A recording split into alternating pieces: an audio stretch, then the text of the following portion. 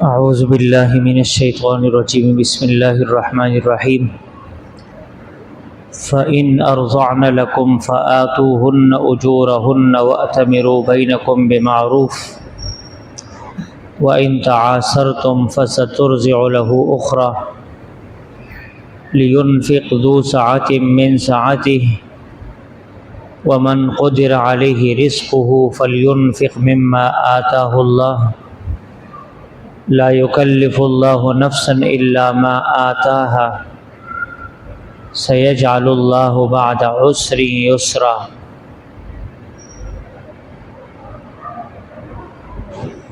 اس سے پہلے والے درس میں ایسی مطلقہ عورت کا حکم بیان ہوا تھا کہ جس کو شوہر نے طلاق دی ہو لیکن اس کے پیٹ میں بچہ ہو، وہ حاملہ ہو، تو ایسی عورت کا عدت یہ ہے کہ جب تک بچہ پیدا نہ ہو جائے یہ عدت میں رہے گی، جب بچہ پیدا ہو جائے یہ عدت سے نکل جائے گی۔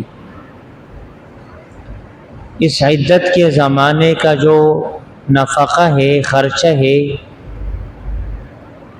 اسی طرح رہائش ہے، یہ شوہر کے ذمے ہے۔ اس کا تذکرہ پچھلے درس میں آیا فَأَنفِقُوا عَلَيْهِنَّ حَتَّى يَضَعْنَ حَمْلَهُنَّ کہ جب تک بچہ پیدا نہ ہو ان پر خرچ کرتے رہو۔ آج کے درس میں جو آیتیں پڑھی گئی ہے، ان آیات کریمہ میں بچے سے متعلق کچھ احکام کا بیان ہے کہ کسی شخص نے اگر اپنی بیوی کو طلاق دے دی لیکن اس کے بچے موجود ہیں، خاص طور پر ایسا چھوٹا بچہ یا بچی ہے جس کو ماں کے دودھ کی ضرورت ہے، تو ایسے بچے کو دودھ پلانے کا جو خرچہ ہے یا دودھ پلانے کی جو ذمہ داری ہے، یہ ذمہ داری کس کی ہوگی؟ اس سلسلے میں قانون یہ ہے کہ اگر شوہر نے اپنے بیوی کو طلاق دے دی، اس کے گود میں شیرخوار بچہ ہے اور طلاق دینے کے بعد اس عورت کی عدت بھی ختم ہو گئی، تو اب شرعاً اس خاتون پر اس بچے کو مفت میں دودھ پلانا ضروری نہیں ہے، نہ اس پر لازم ہے۔ اگر یہ عورت اپنے شوہر کے نکاح میں ہوتی پھر تو دودھ پلانا اس کے ذمہ لازم تھا، کیونکہ قرآن میں ہے، اللہ نے فرمایا ہے وَالْوَالِدَاتُ يُرْضِعْنَ أَوْلَادَهُنَّ حَوْلَيْنِ كَامِلَيْنِ کہ مائیں اپنے بچوں کو پورے 2 سال تک دودھ پلاتی رہے، چونکہ نہ نفقہ شوہر برداشت کرتا ہے تو لہٰذا دودھ پلانے کی جو ذمہ داری ہے وہ بچے کی ماں برداشت کرے گی۔ لیکن اگر شوہر نے طلاق دی ہے، عدت بھی ختم ہو گئی ہے، تو عدت ختم ہونے کے بعد نفقہ شوہر پر لازم نہیں ہے اس عورت کا، تو اب اس عورت کے ذمہ واجب نہیں ہے کہ وہ اس بچے کو دودھ پلائے۔ اگر وہ شوہر سے مطالبہ کرتی ہے، نکاح تو ختم ہو چکا ہے، اب تو شوہر نہیں رہا، لیکن سابقہ شوہر آپ کہہ دے، اس شوہر سے اگر وہ عورت مطالبہ کرتی ہے کہ میں آپ سے اجرت اور پیسے لے کر اس بچے کو دودھ پلاؤں گی، تو شوہر پر لازم ہے کہ وہ اس کو اجرت اور پیسے دے اور اسی سے دودھ پلوائے۔ خاص طور پر ایسے حالات میں کہ اگر کوئی دوسری دائیہ عورت بھی مثلا ماہوار 5,000 پر دودھ پلاتی ہے اور بچے کی ماں بھی 5,000 پر دودھ پلا رہی ہے، تو پھر باہر کی دائیہ سے بچے کی ماں زیادہ حقدار ہے، اس لیے کہ ماں کے پاس بچے کے لیے جو شفقت ہے جو ہمدردی ہے، جو ترحم کا مادہ ہے، وہ باہر کی دائیہ میں نہیں ہے۔ لیکن اگر ماں زیادہ مطالبہ کر رہی ہے، بچے کی جو ماں ہے وہ مثلا ماہوار 20,000 مانگ رہی ہے اور باہر کی دائیہ ہے وہ 5,000 پر دودھ پلانے کے لیے تیار ہے، اور شوہر کے بس میں صرف 5,000 ہے، 20,000 نہیں ہے، تو ایسی صورت میں پھر باہر کی جو دائیہ ہے وہی بچے کو دودھ پلائے گی۔ یہ دونوں شکلیں یہاں قرآن نے ذکر کی ہے۔ وَإِن تَعَاثَرْتُمْ فَسَتُرْضِعُ لَهُ أُخْرَى، اس میں دوسری صورت کا بیان ہے کہ اگر شوہر کی مالی تنگی ہے، وہ بچے کی ماں کے اجرت کو برداشت نہیں کر سکتا، باہر کی دائیہ کے دودھ پلانے کی اجرت کو برداشت کر سکتا ہے، تو پھر باہر کی دائیہ بچے کو دودھ پلائے، پھر ماں سے نہ پلوائے۔ اور اگر شوہر اس کے اجرت کو برداشت کر سکتا ہے، وہ بھی 5,000 مانگ رہی ہے ماہوار، باہر کی دائیہ بھی 5,000 مانگ رہی ہے، تو پھر یہی ماں پلا دے۔ اس شکل کو پہلے جز میں بیان کیا، فَإِنْ أَرْضَعْنَ لَكُمْ فَآتُوهُنَّ أُجُورَهُنَّ، کہ تمہاری خاطر اگر یہ عورتیں تمہارے بچے کو دودھ پلائیں تو ان کو اجرت دے دو۔ لیکن آج کل تو دودھ پلانے سے ماؤں نے بھی اپنے آپ کو فارغ کر دیا ہے۔ بچہ جب پیدا ہوتا ہے ڈبے کا دودھ لگا دیا، بس اس کی جان چھوٹ گئی، یا کسی گائے کا دودھ لگا دیا، گائے کا دودھ اس کو پلایا جا رہا ہے، یا باہر ڈاکٹر کے پاس گئے مہنگے مہنگے دودھ بچے کے لیے لکھوا دیے، وہ دودھ پلا رہے ہیں، تو کل کو پھر بچے میں ماں کی ایک بھی عادت نہیں ہوتی ہے۔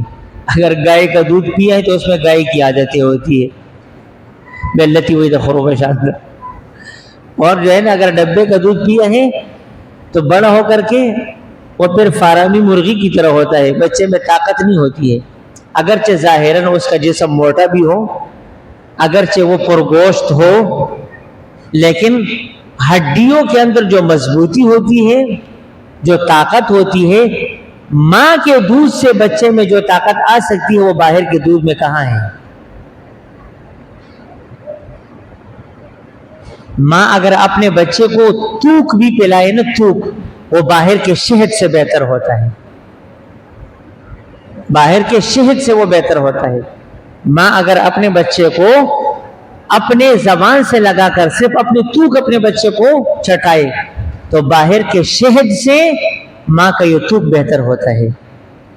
لیکن آج کل ماؤں نے بھی اپنے آپ کو فارغ کر لیا ہے، نہ وہ مشقتیں ہیں جو پہلے زمانے میں مائیں اپنے بچوں کے لیے برداشت کرتی تھی، اور نہ وہ پرانا دودھ پلانے والا سسٹم ہے۔ عرب کے اندر یہ رواج تھا کہ لوگ اپنے بچوں کی نشو و نما کے لیے بہت خبرگیری کیا کرتے تھے۔ یہی وجہ ہے کہ بچے جب دودھ پینے کے زمانے میں ہوتا تھا، ان کو ایسی جگہ پر دائیوں کے پاس بھیج دیا جاتا تھا جہاں سے وہ اوریجنل عربی سیکھ سکے، بہترین عربی، کہ جس میں ادھر ادھر کی ملاوٹ نہ ہو۔ جس طرح کہ ہمارے اردو کا حشر ہوا ہے نا، اردو کا ہمارا کیا حشر ہوا کہ اردو زبان اوریجنل نہیں ہے پاکستان میں، خاص طور پر کراچی میں، اس میں ہزاروں انگلش کے الفاظ داخل ہو گئے ہیں۔ میری اور آپ کی اردو کیا ہے؟ اگر ہم کسی تعلیم یافتہ کے سامنے بیٹھ گئے نا، ان کی 100 باتوں میں سے ہم 2 باتیں بمشکل سمجھ لیں گے۔ یہ ہماری اردو ہے۔ اردو کا سان ہوگا نا غلائی کولا یو ابل طوی ما اردو زکل راز غلا لزو، یہ اردو میں زکل لزو غلالا چ غلالا لاړه دروازه او ټکولا او سړی وی کون ہے؟ د خدا ټکه ذکر چې اپنوں میں سے، وی اپنوں میں سے ہے۔ ناغت نے بل سوال کوئی اپنوں میں سے کون ہے؟ دغه مرګی ته ویل ک تخت اردو میں ختم شي رہی۔ تو ہماری اردو یہ کہ جب ہم کسی تعلیم یافتہ کے سامنے بیٹھ جاتے ہیں نا، تو پھر ان کے 100 باتوں میں سے ایک بات ہمیں بمشکل سمجھ آتی ہے یا 2 باتیں سمجھ میں آتی ہیں، ورنہ زیادہ الفاظ اس میں کس کے ہوتے ہیں؟ انگلش کے ہوتے ہیں، وہ ہمارے سمجھ میں نہیں آتا۔ تو عرب میں یہ رواج تھا کہ لوگ اپنے بچوں کی نشو و نما کا خاص خیال رکھتے تھے، ان کی عربی زبان کا خاص خیال رکھتے تھے۔ یہی وجہ ہے کہ وہ اپنے بچوں کو دائیوں کے ساتھ بیچ دیا کرتے تھے آس پاس کے دیہاتوں میں۔ حضرت حلیمہ سعدیہ رضی اللہ تعالی عنہ بھی آئی تھی نا مکہ میں اور خواتین کے ساتھ کہ یہاں گھرانوں سے ہمیں بچے مل جائیں گے، قریش کے اچھے خاصے پیسے مل جائیں گے۔ باقی عورتوں نے تو مالدار گھرانوں سے بچے اٹھا لیے۔ حلیمہ سعدیہ کو بہت بڑی سعادت حصے میں آئی۔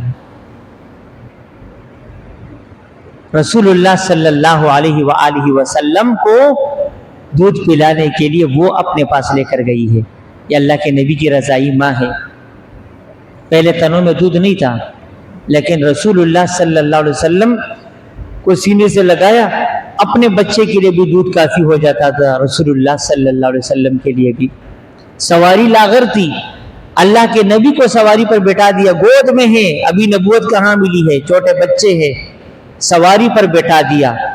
وہ سواری جو لاغر کمزور تھی ساری سواریوں سے آگے نکل گئی۔ پوچھنے والوں نے پوچھا، حلیمہ کیا سواری بدلی ہو؟ فرمایا نہیں، سواری نہیں بدلی ہے، سوار بدل چکا ہے۔ تو رسول اللہ صلی اللہ علیہ وسلم کی برکت سے ان کے اٹھنے میں بھی برکت آیا، اس میں بھی وافر مقدار میں وہ دودھ دینے لگی، اور بھی کئی برکتیں سعادتیں ان کے حصے میں آئی۔ یہی وجہ ہے کہ رسول اللہ صلی اللہ علیہ وسلم ایک موقع پر صحابہ کرام کے ساتھ بیٹھے ہوئے تھے، ایک خاتون آئی، اللہ کے نبی نے اپنا مبارک چادر ان کے لیے نیچے بچھا دیا کہ آپ اس پر بیٹھ جائیں۔ صحابہ حیران ہے کہ ایک دیہاتی خاتون آئی ہے، اللہ کے نبی نے اتنا اکرام کیا کہ اپنی چادر ان کے لیے بچھا دی۔ صحابہ نے پوچھا، یا رسول اللہ یہ کیا ہے؟ اللہ کے نبی نے فرمایا، یہ وہ خاتون ہے جو میری رضائی ماں ہے، انہوں نے مجھے بچپن میں دودھ پلایا ہے، تو رضائی ماں ہے۔ تو عرب کے اندر یہ چیز تھا کہ وہ اپنے بچوں کی نشو و نما کا خیال رکھتے تھے۔ کراچی والے نہیں رکھتے، باہر کے ڈبوں کے دودھ پلا دیتے ہیں، کوئی مسئلہ نہیں ہے ان کے ہاں۔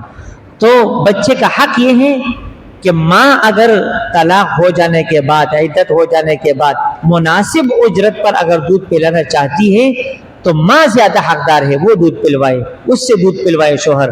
لیکن اگر وہ زیادہ پیسے مانگ رہی ہے، شوہر کے بس میں نہیں ہے، تو پھر کسی اور دائیے سے بھی پلوا سکتا ہے۔ پھر بچہ کتنے سال تک ماں کی تربیت میں رہے گا؟ اگر لڑکا ہے تو طلاق ہو جانے کے بعد 7 سال تک اس کی تربیت کا حق ماں کے پاس ہے، وہ ماں کے پاس رہے گا۔ اب ماں کے پاس تو رہے گا، لیکن اس کا نفقہ کون برداشت کرے گا؟ باپ برداشت کرے گا۔ اور اگر بچی ہے تو بعض علماء کہتے ہیں کہ بلوغت تک وہ ماں کے پاس رہے گی، تاکہ وہ اپنے ماں سے حیض و نفاس وغیرہ کے احکام سیکھ لے۔ جو مسائل عورتوں سے متعلق ہے ماں اپنی بچی کو وہ سکھائے، یہ چیزیں باپ تھوڑی سکھا سکتا ہے، یہ ماں اپنے بچی کو سکھا سکتی ہے۔ تو بعض کہتے ہیں کہ بلوغت تک، بعض کہتے ہیں نہیں 9 سال بھی کافی ہے، کہ 9 سال تک بچی ماں کے پاس رہے تو 9 سال تک ماں جو ہے نا اپنی بچی کو یہ تربیت سکھا دے گی، یہ احکام وغیرہ سکھا دے گی حیض وغیرہ کے۔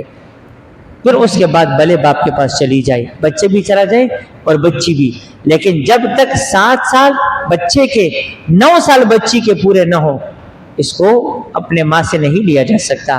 اس دوران کا جو نان نفقہ ہے وہ بچے کا اور بچی کا باپ برداشت کرے گا۔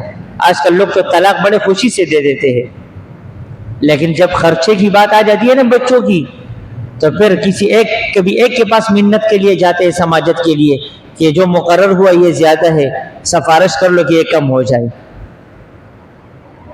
جب آپ طلاق دے رہے تو اس وقت آپ نے ان چیزوں پر کیوں نہیں سوچا کہ یہ ساری چیزیں آئیں گے، کہ بعد میں پھر آپ جو ہے نا در در کی ٹوکریں کھا رہے ہیں۔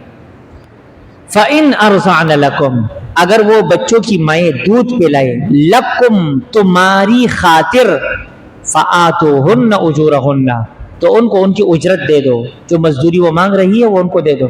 وَأْتَمِرُوا بَيْنَكُمْ بِمَعْرُوفٍ اور مشورہ کر لو آپس میں اچھے طریقے سے، یعنی میاں بیوی اب اگرچہ نکاح ٹوٹ چکا ہے لیکن کسی خاص مقدار کی اجرت پر مشورہ کر کے رضامندی دکھا دو، یہ بچے کے لیے بہتر ہے۔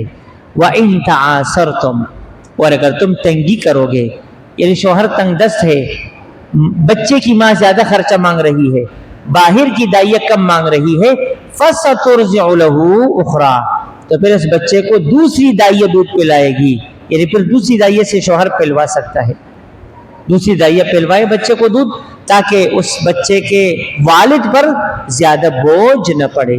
اللہ رب العالمین ہمیں عمل کرنے کی توفیق عطا فرمائے۔ اللہم صلی علی محمد وعلی آل محمد کما صلیت علی ابراہیم وعلی آل ابراہیم انک حمید مجید۔ اے اللہ ہمارے تمام صغیر کبیر گناہوں کو معاف فرما۔ اے اللہ ہمیں زیادہ سے زیادہ نیک اعمال کی توفیق نصیب فرما۔ اے اللہ نیک لوگوں سے، نیکیوں کے ماحول سے محبت اور الفت عطا فرما۔ اے اللہ ہم میں سے ہمارے گھروں میں جو بیمار ہیں ان کو شفاء کاملہ عاجلہ مستمرہ عطا فرما۔ جو کسی بھی لحاظ سے پریشان ہے اللہ ان کی پریشانیوں کو دور فرما۔ وصلی اللہ تبارک و تعالی علی خیر خلقہ محمد وعلی آلہ وصحبہ اجمعین آمین برحمتک۔